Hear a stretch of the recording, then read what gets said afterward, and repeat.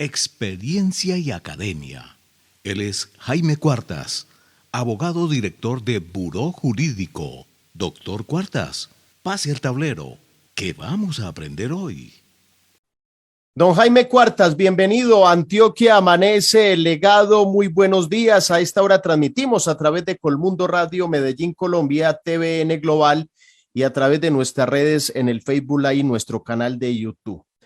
Hoy vamos a hablar, señoras y señores, de los peajes, esos temas y esas situaciones y esas acciones que han generado hasta violencia en nuestro país, que hay que quitar este peaje. Entonces la gente en las protestas fue y ellos mismos con sus manos destruyeron el peaje del sector de Niquía, como por ejemplo. Vamos a comenzar hablando porque en el cambio de año hubo muchas inconformidades con el alza de los peajes. Eso fue frecuente, pero se dice que este año, sobre todo los del Trapiche y Cabildo en Barbosa, tuvieron un aumento exagerado. ¿Hay alguna explicación para ello? Gracias, Elkin. Muy buenos días para usted, para sus compañeros, muy especialmente a Luisa Fernanda, a quien le deseamos un muy feliz cumpleaños y que Dios la conserve con mucha vida y salud y que tenga muchos éxitos. Sí, miren, yo creo que con el tema de los peajes hace falta hacer mucha pedagogía. Es muy lamentable, pues, lo que ocurre explicablemente, que la gente se lance a las calles y pretenda por vías de hecho, pues, demoler físicamente los peajes, como usted bien lo acaba de narrar, pero porque si de pronto se hubiera socializado más la razón de estos establecimientos, de por qué son necesarios o diríamos indispensables, por qué están instalados en este sitio, por qué se mantuvieron los que existían para una concesión ya extinguida, quizás se evitarían todas estas situaciones. Lo primero que hay que decir es que, por ejemplo, en el caso de estos peajes del norte cercano, la concesión Binús, que tuvo pues a su cargo también, que antes era la concesión Atovial y tuvo a su cargo la doble calzada Bello-Atillo, realizó una propuesta APP, una asociación público-privada de iniciativa privada, es decir, concebida por ellos mismos, financiada por el concesionario en un 100% con recursos privados que ellos consiguieron. Y la forma como la nación, como todos los colombianos pagamos estas infraestructuras, es mediante la instalación de los peajes. El peaje entonces es la forma de retribuir este tipo de construcciones. Entonces la gente creyó que esos peajes los estaban aumentando en su plazo, les estaban dando una dedicación que ya no tenía razón de ser, pero lo que quiso quizás el concesionario fue aprovechar que ya estaban estas infraestructuras para aplicarlos a una concesión completamente distinta. Y se dijo también que esos peajes que tenían que ver, por ejemplo, Girardota y Barbosa, con las vías del NUS hacia Puerto Berrío, Cisneros, que sí es un beneficiario muy directo, San Roque, el corregimiento que comparten San Roque y Maceo de San José. Pero lo que no se ha explicado bien es que Binús continúa haciendo el mantenimiento de lo que antes era la concesión Bello-Atillo, es decir, ellos dijeron palabras más, palabras menos, ya terminamos de construir la obra, se acaba la concesión, pero le proponemos, señores Estado colombiano, no solo hacer una vía 4G doble calzada hacia San José del Nus o el Alto de Dolores junto a Maceo, sino además continuar dándole mantenimiento a la infraestructura que ya le construimos y que le debemos devolver. Y así, pues no tendría que hacerle mantenimiento la nación, que ustedes saben que es un tanto deficiente. De manera que las alzas, para contestar puntualmente, no están sujetas como los peajes nacionales ordinarios al IPC o alguna resolución que fije el ministerio o la ANI, sino a la estructura financiera que el concesionario propuso en su momento para que eso le diera cierre, para poderse pagar en un plazo determinado el costo de esa inversión tan importante. Entonces, esa claridad me parece que era necesaria hacerlo.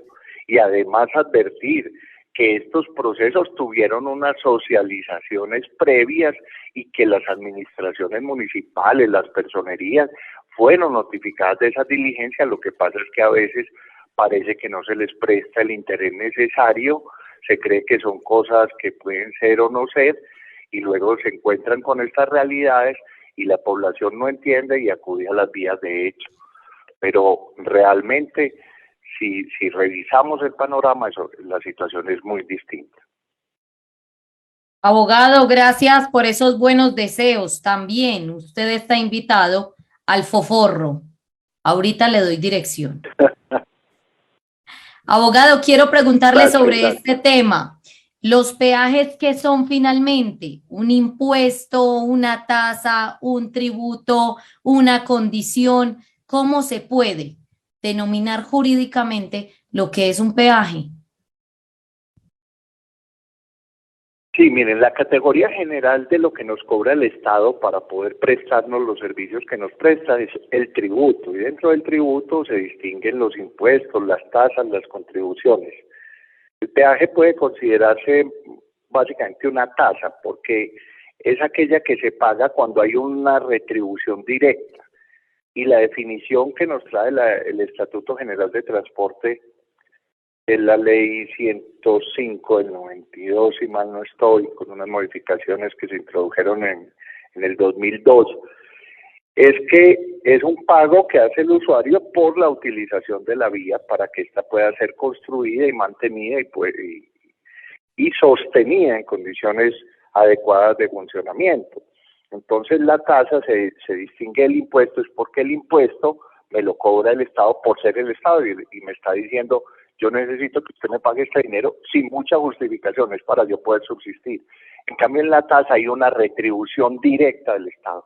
Me está diciendo: mire, usted me paga un peaje y yo le permito utilizar esta vía de buenas especificaciones, ¿cierto? Hay una retribución directa.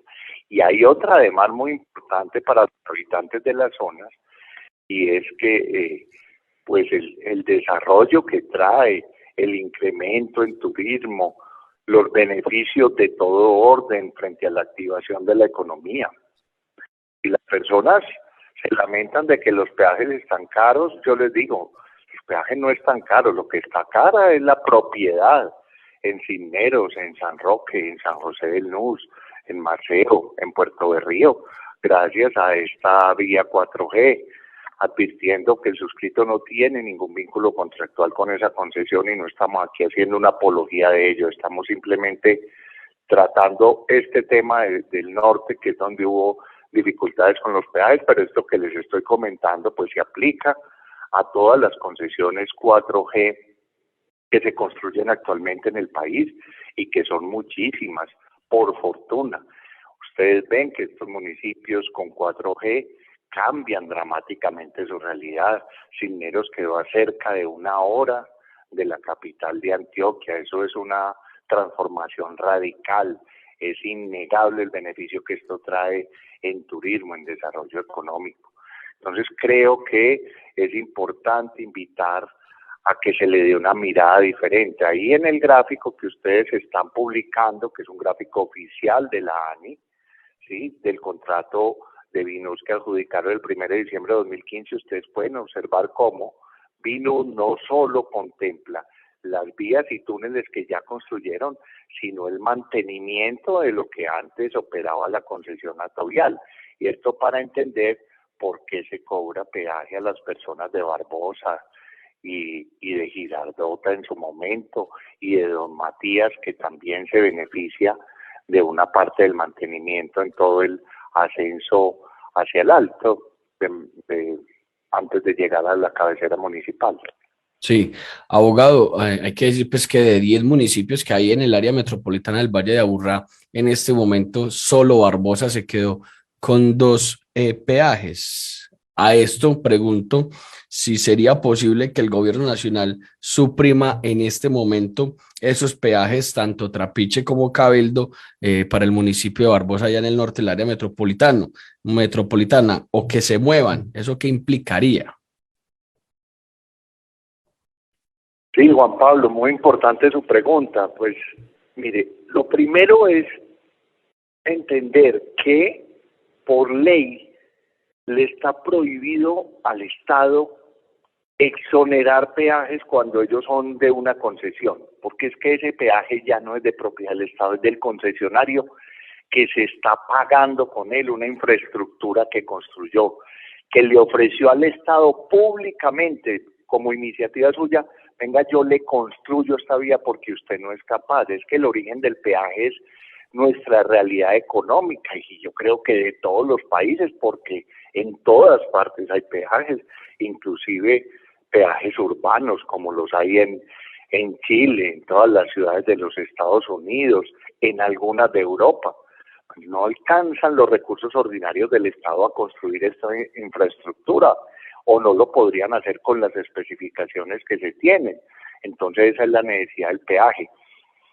No está en manos del Estado exonerar el peaje. Incluso hay una sentencia célebre que es la 508 del 2006 de la Corte Constitucional, donde se discutió inclusive si el Estado podía exonerar las ambulancias, vehículos de policía y en fin, de estos peajes cuando eran concesionados.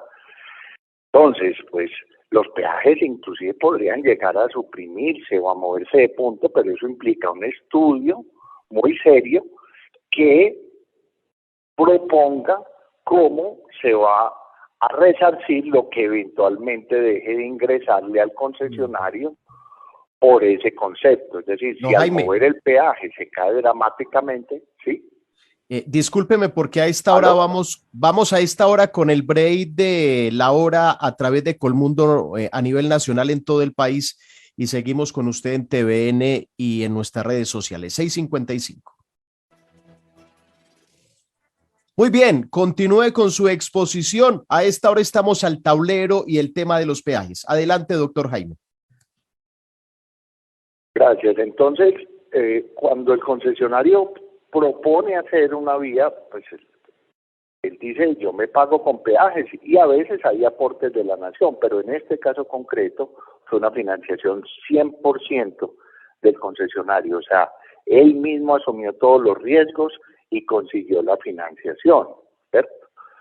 De manera que si el movimiento del peaje de Barbosa y de Cabildo, pues el de Atillo y Cabildo, implica una caída en el recaudo, habría que mirar bajo qué mecanismo se le va a compensar al concesionario. Pero lógicamente es posible. Es que lo que usted dice, Juan Pablo, está muy bien traído. Es curioso que si da una idea de inequidad, que sea justamente Barbosa el único municipio al que para acceder sea necesario pagar peaje, siendo él parte del área metropolitana, y quizás por allí pueda estar la solución. ¿Cómo contribuiría el área metropolitana a ese desbalance, cierto? Pero hay que entender esto, que los compromisos del Estado hay que honrarlos, hay que cumplirlos.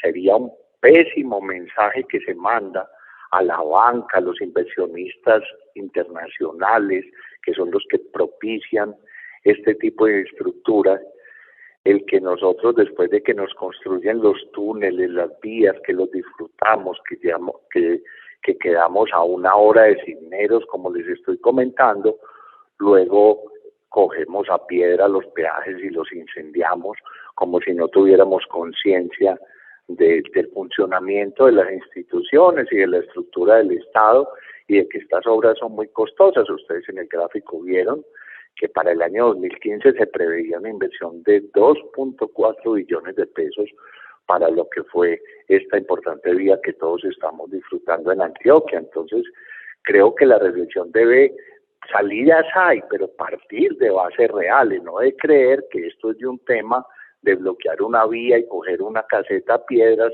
que eso resuelve la situación, porque esto es de mucho fondo, y lo que haría de persistir las vías de hecho es mantenernos en el atraso tan grande que hemos tenido, sobre todo en Antioquia, por la falta de comunicaciones viales. Antioquia con sus vías 4G será completamente otro departamento, porque nosotros tenemos mucha tenacidad, mucho emprendimiento.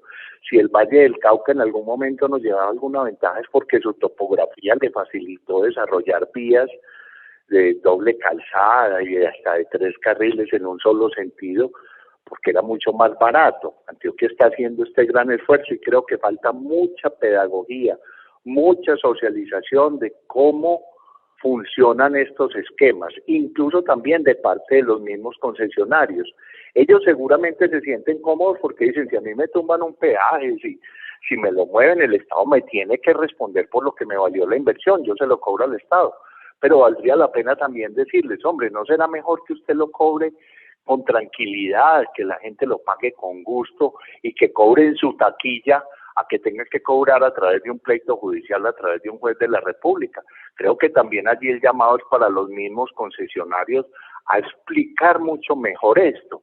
Nosotros aquí hacemos pedagogía y conocemos el tema porque pues es parte de nuestro oficio, de nuestra profesión, pero indudablemente uno sabe que esta información y la capacidad de comprender cómo funcionan estos esquemas no está al alcance de la mayoría de los ciudadanos, y eso hace muchísima falta. Los personeros de estas zonas, las alcaldías, la gobernación de Antioquia, la nación y los concesionarios deben hacer mucha divulgación de cómo funcionan estos esquemas y concertar, por supuesto, una salida al asunto de Barbosa que podría, por supuesto, tener remedios.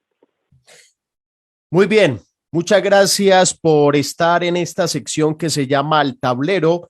Él es Jaime Andrés Cuartas, quien dirige Buró Jurídico. Que Dios lo bendiga, señor, y en horas de la tarde lo estaremos llamando, eso sí, tómese antes de la reunión una sal de frutas. Muchas gracias. Gracias, feliz día.